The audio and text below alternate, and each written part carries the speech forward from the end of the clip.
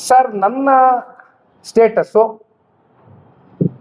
ಕರ್ನಾಟಕದಲ್ಲಿ ಹುಟ್ಟಿರ್ತಕ್ಕಂಥ ಹುಡುಗ, ಕನ್ನಡದ ನೆಲ ಜಲ ಭಾಷೆಯ ಬಗ್ಗೆ ಅತಿಯಾದಂಥ ಅಭಿಮಾನ ಇಟ್ಕೊಂಡಿರ್ತಕ್ಕಂಥ ಹುಡುಗ, ಸರ್ಕಾರಕ್ಕೆ ತೆರಿಗೆ ಮೂಲದಲ್ಲಿ ತೆರಿಗೆನೂ ಕೂಡ ಕಟ್ತಾ ಇರ್ತಕ್ಕಂಥ ಹುಡುಗ.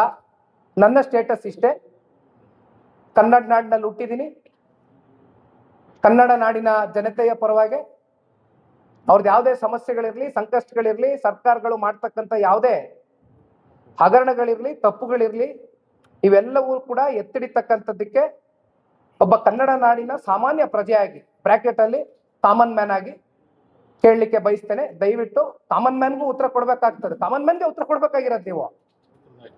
ಕಾಮನ್ ಮ್ಯಾನು ನಿಮ್ಮನ್ನ CM, DCM 136 ಶಾಸಕರನ್ನ ಗೆಲ್ಲಿಸ್ತಕ್ಕಂಥದ್ದಕ್ಕೆ ಇದೇ ಕನ್ನಡ ನಾಡಿನ 7 ಕೋಟಿ ಕನ್ನಡಿಗರ ಒಂದು ಆಶೀರ್ವಾದ ಇತ್ತು.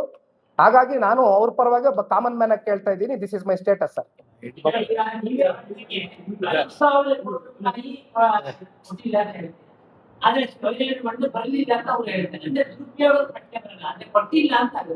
ಕೊಟ್ಟಿಲ್ಲ ಅಂದ್ರೆ ಎಲ್ಲಿಗೋಯ್ತು?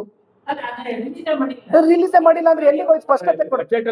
ಹಣ ಬಡ್ಜೆಟ್ ಅಲ್ಲಿ ಪ್ರಾವಿಷನ್ ಆದ್ಮೇಲೆ ಹಣ ಎಲ್ಲಿ ಮಂಗಮಾಯ ಆಯ್ತು?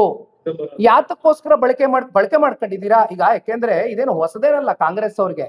SCP TSP ಹಣ ಪ್ರತಿ ವರ್ಷ ಎಷ್ಟೆಷ್ಟು ಸಾವಿರ ಕೋಟಿ ಬಳಕೆ ಬೇರೆ ಬೇರೆ ಕಡೆ ಬಳಕೆ ಮಾಡ್ಕೊಂಡಿರ್ತಕ್ಕಂಥದ್ದು ನೋಡಿದ್ದೀವಿ. ಇನ್ನ ಎಷ್ಟು ನಿಗಮದ ಹಣಗಳು, ಆ ನಿಗಮದ ಆಯಾ ಸಮಾಜದ ಅಭಿವೃದ್ಧಿಗೆ ಇಟ್ಟಿರ್ತಕ್ಕಂಥ, ಕಲ್ಯಾಣಕ್ಕೆ ಇಟ್ಟಿರ್ತಕ್ಕಂಥ ಹಣಗಳು ಬೇರೆ ಬೇರೆ ಕಡೆ ವರ್ಗಾವಣೆ ಮಾಡ್ಕೊಂಡಿರ್ತಕ್ಕಂಥದ್ದು ನೋಡಿದ್ದೀವಿ.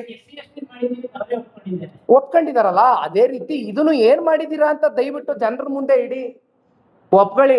ಎಲ್ಲೋಗಿದೆ ದುಡ್ಡು ಕೊಡ್ತೀರಾ? ಬಡ್ಜೆಟ್ ಪ್ರಾವಿಷನ್ ಆದ್ಮೇಲೂ ಕೂಡ ಯಾಕೆ ದುಡ್ಡು ಕೊಟ್ಟಿಲ್ಲ? ದುಡ್ಡು ಎಲ್ಲಿಗೋಯ್ತು? ಮುಂದೇನಾದ್ರು ಕೊಡ್ತೀರಾ? ಇನ್ನೊಂದ್ 2 ತಿಂಗಳು ಬಿಟ್ಕೊಂಡು ಕೊಡ್ತೀರಾ? ಫೆಬ್ರವರಿ ಮಾರ್ಚ್ 2024-25 ಸಾಲ ದುಡ್ಡು ಎಲ್ಲೋಯ್ತು? ಇಷ್ಟೇ ಪಾಯಿಂಟ್. ಲೆಕ್ಕ ಕೊಡಿ ಸಿದ್ದರಾಮಯ್ಯ.